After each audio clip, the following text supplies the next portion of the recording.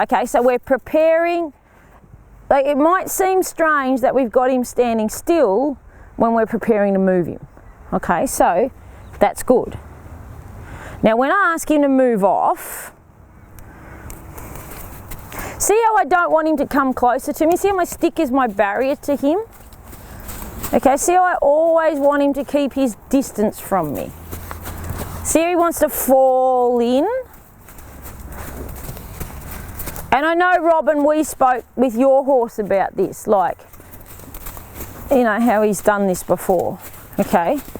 So see, now we're starting to get room established, okay? So it's really hard to change direction with these horses when they're moving. If we can't start by getting them backed off us when they're standing still, if we can't start by getting them to lunge around us in a circle, okay? So that's probably where it's starting. He's probably, like, because he's sort of wanting to do that stand over. It's not nasty, he's just getting in his space a bit. So because we don't want that, what we want to do is we want to get him. See there, he just went, oh, I don't really want to move. Okay, I just want to remind him he's got to mind my space. Okay, so, see, when I stop, he stops. If I want him to move off, I point my stick at his bum. The rest of the time I'm going to keep my stick up here in his middle to remind him that it's like the stick is my inside leg. I'm reminding him that he has to carry himself on the circle. Okay, so disengaging his hindquarters is how we stop him. And you guys can see I disengage his hindquarters. See, his front feet are still out on the track where he was before. Okay, he hasn't come any closer. So if we want to just talk about that for a second. Hey. Okay, so we're going to disengage his hindquarters. Now he's all offended with me, that's okay. Okay, I'm going to just work on disengaging his hindquarters from the standstill. Because Jen, have you ever disengaged the hindquarters before? Okay, let's start with that. Get off me. Okay, so. See how, can you guys see, all I'm doing at this stage of the game is rubbing his bum. You can see how he's overreacting about it and he doesn't want to stand and he's like, oh, I've just got to carry on. But you know what? I'm not taking this stick away until he stands still. When he stands still, I take the stick away. So remember, you're rewarding that positive behaviour, okay? If I take the stick away when he's moving, so if I took it away now, he would think that I wanted him to move because the stick to him is pressure. Okay, to him, me putting that stick on him is pressure. So he is moving away from the pressure. Okay, so keep going, keep going, keep going, keep going. Here we go, we're getting closer. No, we're gonna move. That's your own foot you stood on. Right. Ah, did you guys hear that? There was a lick and a chew. That was my sign to get out of there, okay? So he can either stand still for a few seconds or he can give me a lick and a chew, and that's when I'm, or another sign of release, and that is when I'm gonna get out of there, okay? So if I go back and rub on him again, notice how his response is better this time straight away.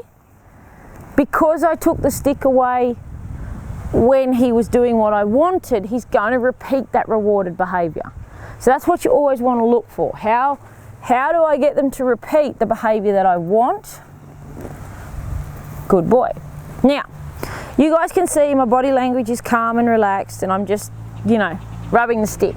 So when I get to ask him to step, what I'm going to do is I'm going to apply pressure. So I'm going to use my body language to ask him to step away. So I'm going to lean forward, put the stick over his bum. Good. So all I want him to do is take one step where he crosses this hind leg up in underneath. Now it's not what I'm asking for now. I'm going to back him up because I know, because I know him better than I know the others. Now I'm going to walk with him. He just wants me to go away, okay? He would sincerely like me to just leave him alone. I'm not going to. Like, I'm just going to go with him until he stops and relaxes. So now he's sort of stopped.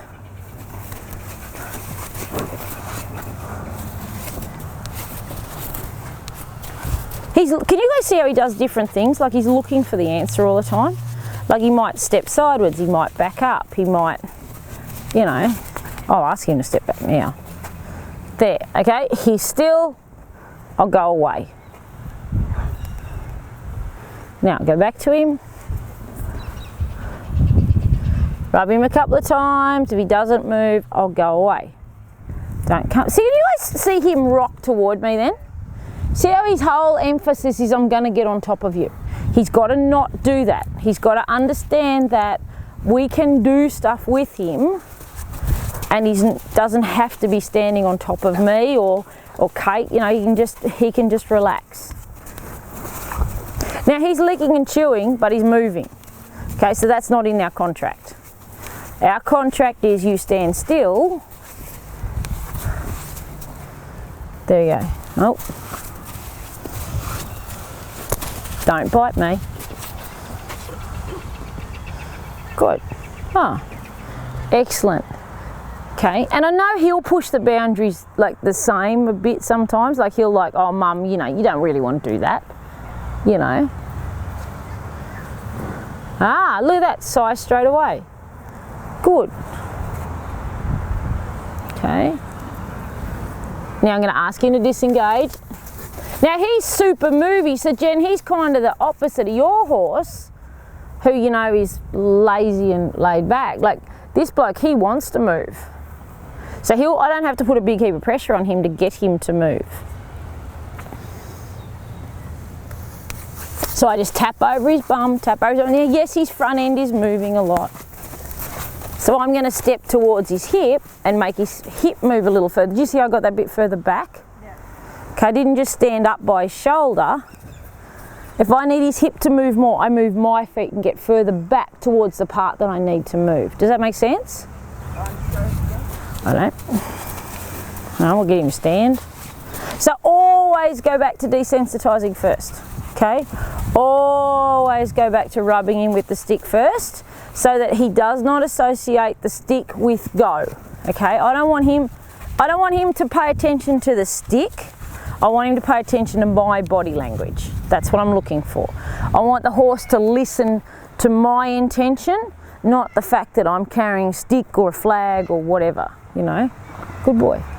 Now, he's licking chewing now, so I wouldn't start again just now. I'd wait a minute. Okay?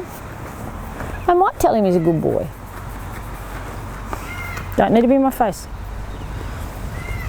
So, rub on him again. And take it away, because did you see him flinch? See that, like, I might go. I don't want that. I want him relaxed, because nothing in my body language is telling him to move. Now when I go like this, now see, I'm going to step back here. Can you guys see how I've got towards his hip more? And so therefore I've moved his hip more. Okay, so you know, it's a bit like when you ride. If you want to move their shoulders to the right, you don't put your leg back here behind you, your left leg. You put your left leg up underneath you. Okay? So, the reason why we're working on this is our stopping. Okay, when we're on the lunge, this is how we stop them. You know, there's a lot of other reasons to work on this exercise too. Like it's, you know, it comes into what we do under saddle and all sorts of things, but I can't stop my horse on the lunge if I can't disengage his hindquarters. Okay, so just rub on him. Now I'll ask him again, lean forward, focus on his hip. I'm going to step my feet up into his hip more and make him move. Good boy. Ah, that's better.